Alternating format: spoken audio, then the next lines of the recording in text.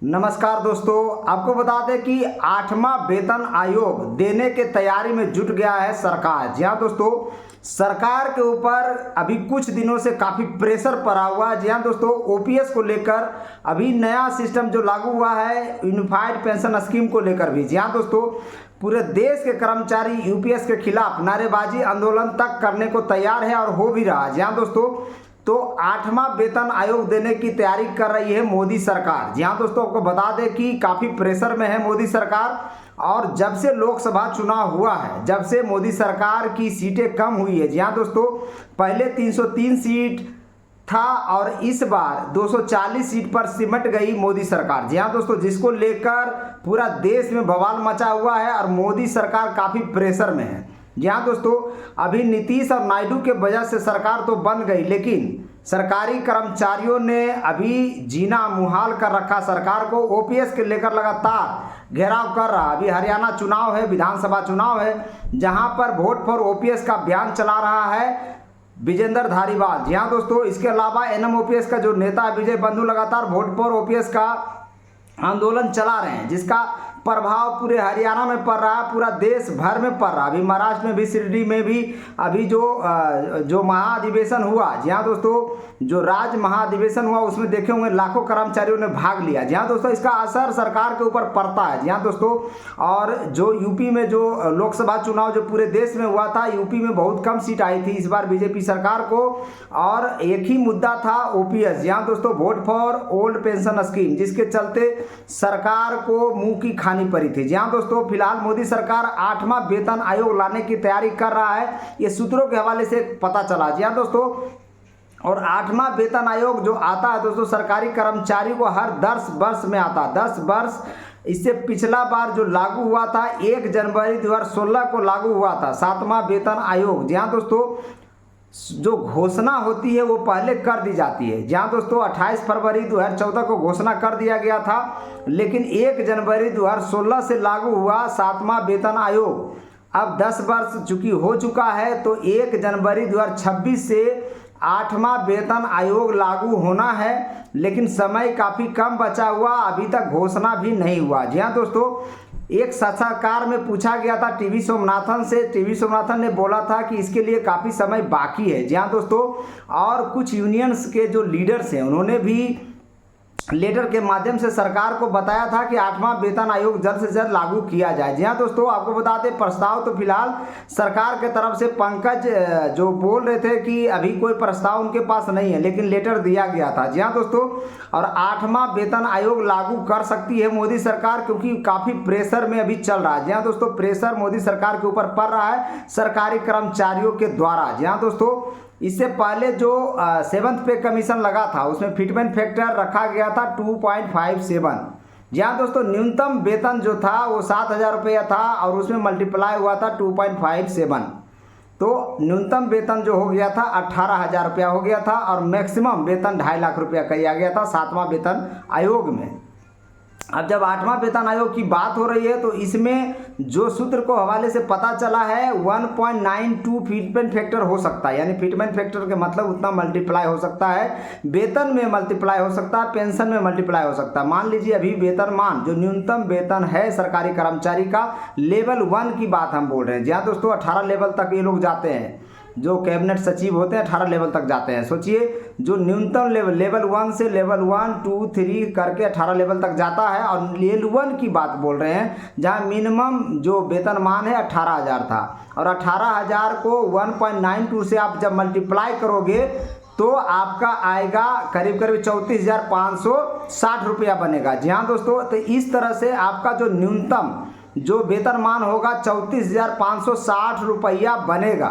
तो इसके ऊपर चर्चा चल रहा। फिलहाल 8वां वेतन आयोग लागू करने का विचार मोदी सरकार कर रही है। जी हाँ दोस्तों, इसके अलावा अगर आप हाईएस्ट की बात करिए तो न्यूनतम बोल दिए, हाईएस्ट की जब बात करेंगे तो हाईएस्ट जो वेतनमान है 2.5 लाख रुपया अभी के समय में, न्यूनतम 18,000 रुपया, अधिकतम 2.5 लाख, 2.5 लाख इंटू 1.92 करके देख लीजिए, बहुत ज़्यादा वेतन बन जाता है। जी हाँ दोस्तों, इसके अलावा पेंशन की बात करें तो पेंशन पहले जो 6ठा वेतन आयोग था उसमें 3500 रुपया था, 7वां वेतन आयोग में 9,000 रुपये न्यूनतम पेंशन मिलता है, जो आपको पता होगा।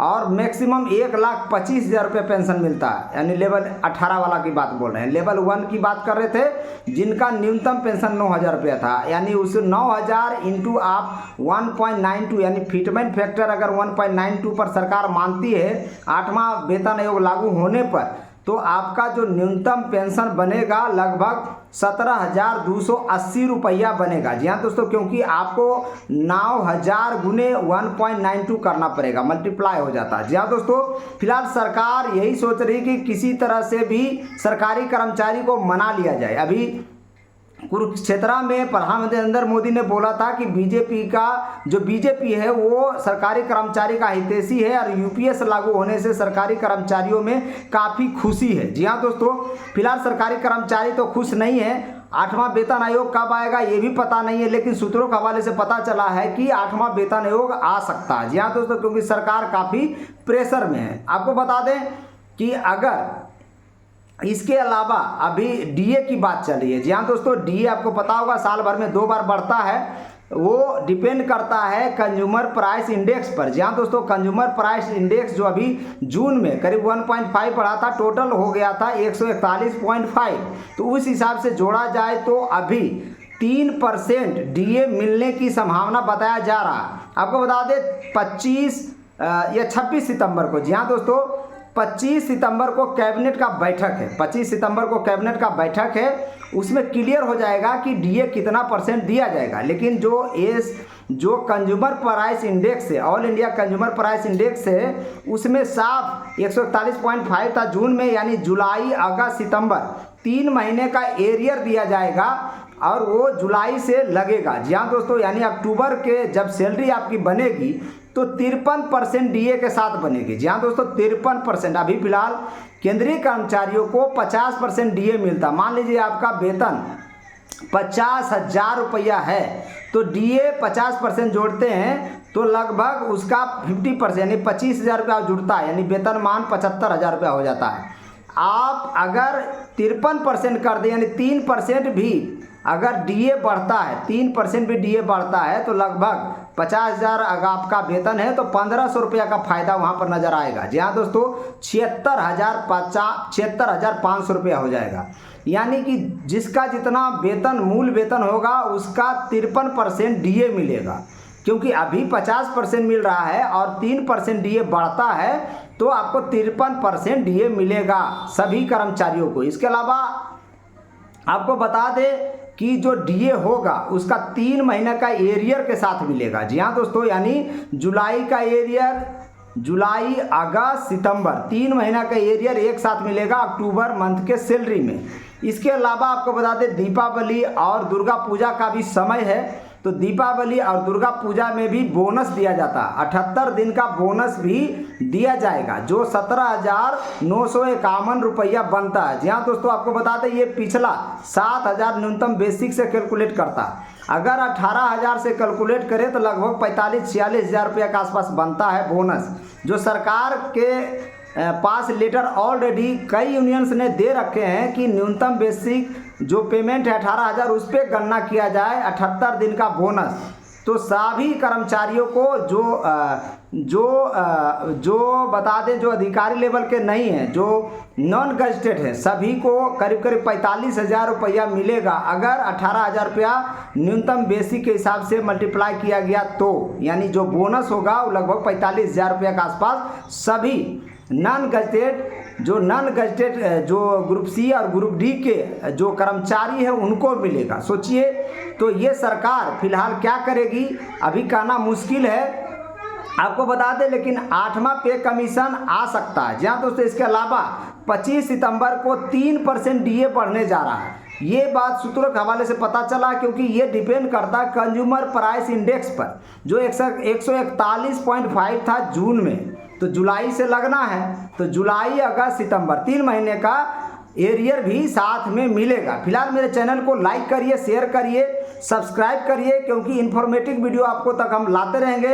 और हमको इंतजार करना पड़ेगा कैबिनेट बैठक का, और उस कैबिनेट बैठक में मोहर लगेगा कि कितना % डीए सरकार इस बार बढ़ा रही है, क्योंकि डीए 50% अभी चल रहा है केंद्रीय कर्मचारियों का, जब केंद्रीय कर्मचारियों को जो लागू होगा डीए बढ़ के, वही राज्य सरकार भी अपनाती है, लेकिन कुछ समय के बाद। जय हिंद, जय भारत।